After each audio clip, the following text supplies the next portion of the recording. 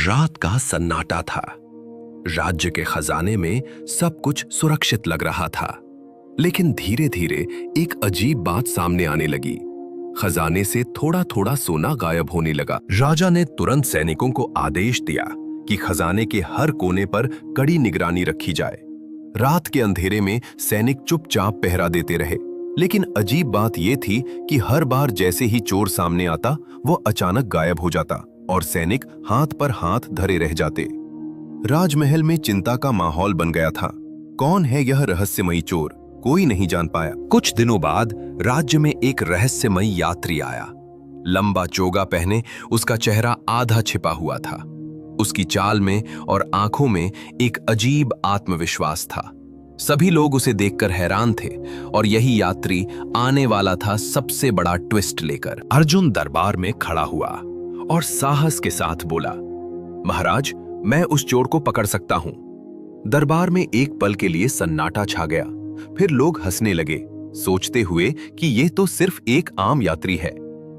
लेकिन अर्जुन की आंखों में कुछ अलग ही ताकत झलक रही थी। अर्जुन ने कहा, आज रात मैं खुद खजाने के पास पहरा दूंगा। सैनिक भी खामोशी से छिपकर निगरानी करने लगे। महल की दीवारों के पीछे मशाल की हल्की रोशनी चमक रही थी। हर कोई अपनी सांसें रोककर उस रहस्यमयी रात का इंतजार कर रहा था। आखिर कौन होगा वो चोर और क्या अर्जुन उसे पकड़ पाएगा? आधी रात का समय था और खजाने के पास सब कुछ शांत लग रहा था। तभी अचानक अंधेरे में एक रहस्यमयी काला साया दिखाई दिया। सैनिकों की धड़कनें तेज हो गईं और हर कोई उसकी ओर डरते हुए देखने लगा। साया धीरे धीरे खजाने की ओर बढ़ रहा था, जैसे किसी ने रात की चुप्पी में छुपकर उसे भेजा हो। जैसे ही सैनिकों ने काले साये का पीछा किया, वह अचानक तेजी से भागने लगा।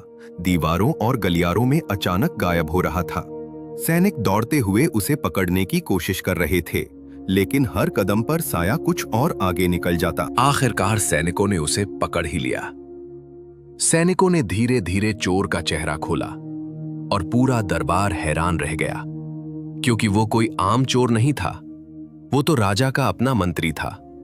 सन्नाटा छा गया और हर कोई ये सोचने लगा, कैसे राजा के ही भरोसेमंद आदमी ने यह हरकत की। मंत्री डरते हुए राजा के सामने खड़ा हुआ।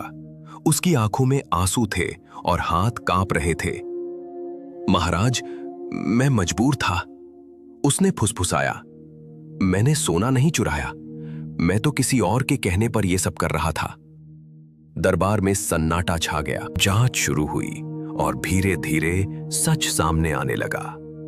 राज्य के सबसे भरोसेमंद सेनापति ने चुपके से सोना चुरवाकर जमा करना शुरू कर दिया था। पूरा दरबार हैरान रह गया। कौन सोच सकता था कि विश्वास पात्र ही इतना बड़ा धोखा दे सकता है। सैनिकों ने तुरंत सेनापति को पकड़ लिया। दरबार में एक गहरा सन्नाटा छा गया। सबकी आंखें चौंधिया गईं। कौन सोच सकता था कि राज्य का सबसे भरोसेमंद आदमी इतना बड़ा धोखा कर सकता है। सैनिक उसे मजबूती से घेर कर ले जा रहे थे और हर कोई सोच रहा था, असली चोर आखिरकार अब सामने आ ही गया है। राजा और मंत्री दोनों स्तब्ध थे। दरबार में हर किसी के चेहरे पर हैरानी साफ झलक रही थी। तभी रहस्यमयी यात्री अर्जुन मुस्कुराने लगा।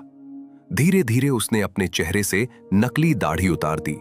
सबको विश्वास ही नहीं हुआ कि ये वही राजकुमार विक्रम है। दरबार दंग रह गया और राजा खुद हैरान। राजकुमार ने कई महीनों से गुप्त रूप में सभी की ईमानदारी की परीक्षा ले रहा था। राजकुमार ने अपने पिता से कहा, पिताजी, मैं गुप्त रूप में राज्य में घूम रहा था ताकि देख सकूं कौन ईमानदार है और कौन नहीं। राजा गर्व से मुस्कुराए और पूरे दरबार के सामने उसे राज्य का उत्तराधिकारी घोषित कर दिया।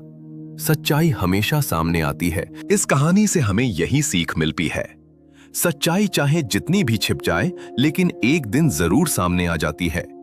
अगर आपको यह कहानी पसंद आई हो तो वीडियो को लाइक करें और ऐसी ही रोचक कहानियों के लिए चैनल को सब्सक्राइब जरूर करें।